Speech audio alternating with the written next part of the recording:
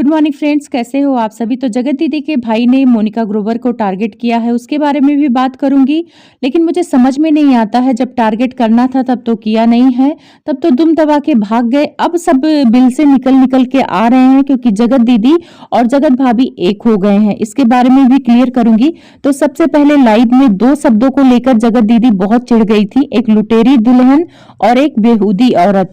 और इन्होंने लाइव में कहा रिएक्शन वालों को टारगेट करते हुए कि अपने शब्दों पर ध्यान दो, हम लोग शरीफ औरत हैं और तुम्हें शर्म नहीं आती, अपने शब्दों को देखो पहले। तो हाँ, शर्म आनी चाहिए, अगर शब्द खराब हो तो शर्म आनी चाहिए। लेकिन जगत दीदी आप क्यों चिढ़ रही हैं जब आप लुटेरी दुल्हन है नहीं, बेहूदी औरत तो आप है नहीं। आप खुद लाइव में बोल रही हैं कि आप शरीफ लोग हैं, आप इज्जतदार लोग हैं, आप लोगों की इज्जत है। तो फिर जब आपकी है तो फिर आप चिढ़ क्यों रही हैं? क्योंकि नाम लेके तो आपको कोई कह नहीं रहा कि आप लुटेरी दुल्हन है। और मैं यहाँ पे क्लियर कर दूं कि आप तो दुल्हन है भी नहीं। अभी तो आप कह रही थी कि मेरी जैसी औरतें, विधवा औरतें को लिए गलत बोला जा रहा है। तो आप पहले कंफर्म कर लीजिए कि आप हैं कौन। और लुटेरी दुल्हन वो होती हैं जो दुल्हन होती हैं, अब जिसको लूटती हैं उसको लुटेरी दुल्हन कहा जाता है। तो यहाँ पे आप चिढ़िए मत, आप दुल्हन नहीं है। जब दुल्हन बनिएगा तब इस शब्द को अपने ऊपर लीजिएगा। और रही बात बेहूदी औरत, तो आप तो बेहूदी औरत है ही नहीं, फिर आप चिढ़ क्यों रही हैं? आपने कहा आप शरीफ औरत हैं। बेहूदी औरत की मैं परिभाषा बता देती हूँ। बेहूदी औरत वो होती हैं जो गलत काम करती हैं, गंदे काम करती हैं, कैरेक्टरलेस होती हैं।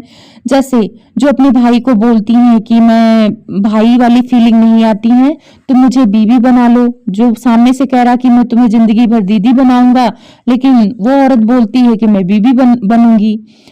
बेहूदी औरतें वो होती हैं जो पति के नाम का झूठा सिंपैथी लेती हैं और उसके बाद अपने अफेयर करती हैं। अफेयर करना गुनाह नहीं है, पर अपने भाई से अफेयर करना बहुत बड़ा गुनाह है।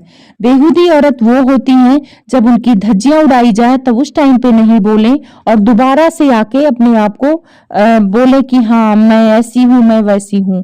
बोलना तब चाहिए जब लोग उसकी इज्जत की धज्जियां उड़ा रहे हैं। तो यहाँ बेहूदी औरत का तो मुझे समझ में नहीं आया, आप लोग समझाना कि बेहूदी औरत किसे कहते हैं। उसके बाद ये लाइव में चिल्ला रही थी कि आप लोगों को शब्दों का ध्यान नहीं है, मैं लीगल जाऊंगी, लीगल जाऊंगी। तो ठीक बात है, शब्दों का ध्यान नहीं है तो आप लीगल जाना। और रही बात लाइव की, इनको चिढ़ हो गई कि लोग 7-7 घंटे लाइव करते हैं। तो जगत दीदी अभी आपको लाइव दिखाई, ये लाइव तो बहुत पहले से चली आ रही है। मतलब 1 साल 2 साल 3 साल पहले से ही लोग 7-7 8-8 घंटे की लाइव करते थे पैनल वाली। शायद आपको देखने में देरी हो गई है, तो आप मत देखा करिए, नहीं आपका दिमाग खराब होगा। और उस लाइव में गलत को गलत और सही को सही लोग बोलते हैं, तो आप चिढ़िए मत, आपको कोई कुछ नहीं कह रहा है। और अगर आप चिढ़ रही हैं, अपने ऊपर ले रही हैं, तो भाई आपकी गलती है। और मुझे समझ में नहीं आ रहा कि आपको इतना जोश आ गया अचानक से। ये जोश तब दिखाती ना जब आप कह रही थी मैं अपना पक्ष लाऊंगी और मैं बताऊंगी कि मैं सही नहीं हूँ या गलत नहीं हूं, मैं सारी चीजें क्लियर करूंगी। तो पूरी पब्लिक तो इंतजार कर रही थी कि आप पक्ष लाइएगा, आप बताइएगा कि कहाँ गलत है कहाँ सही है। जब कोई लड़ाई होता है, झगड़ा होता है, तो दोनों पक्ष सुने जाते हैं ना। तो जगत भैया का पक्ष सुना गया और फिर आपका भी सुना जाना था, पर आप लेके ही नहीं आई। तब तो दोनों भाई बहन दुम दबा के भाग गए।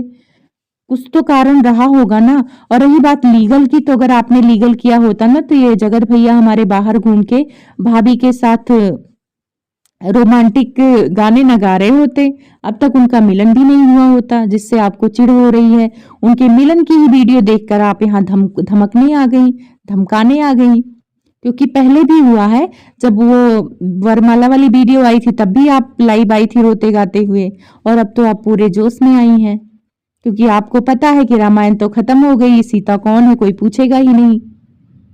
जब रामायण शुरू हो रही थी और रामायण जब चल रही थी तब आती ना आप सीता कौन है पूछने, तब लोग बताते आपको।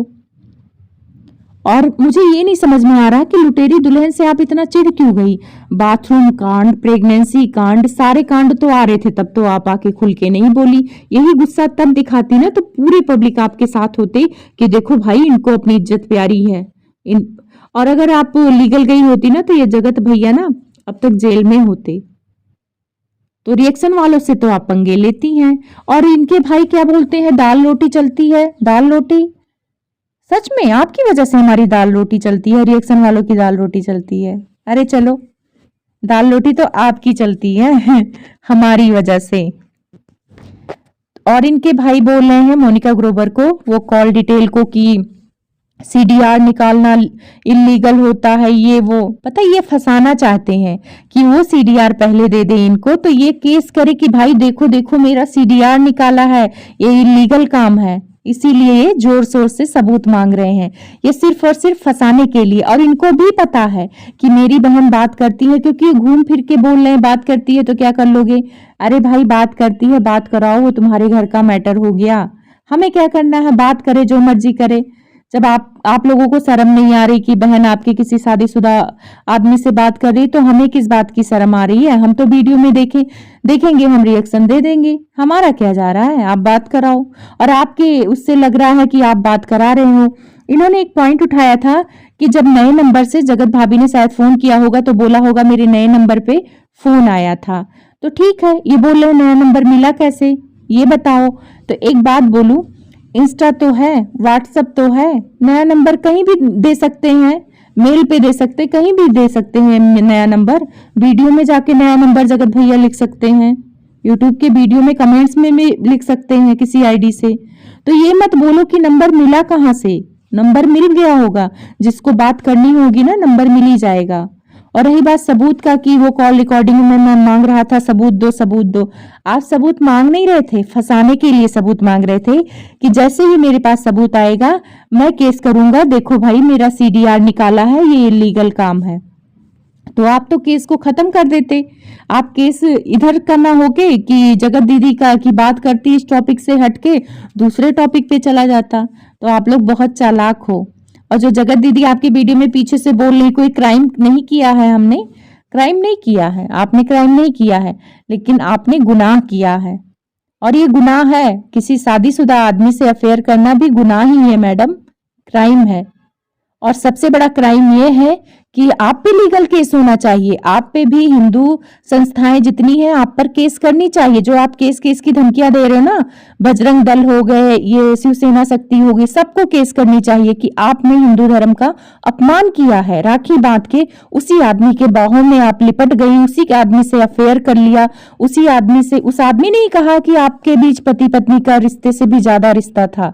बाद में वो झूठ बोले कि कुछ नहीं था तो उससे कोई नहीं मानेगा, लेकिन उस बंदे ने वैष्णो देवी की कसम खा के कहा है कि आपके बीच में पति पत्नी का रिश्ता था।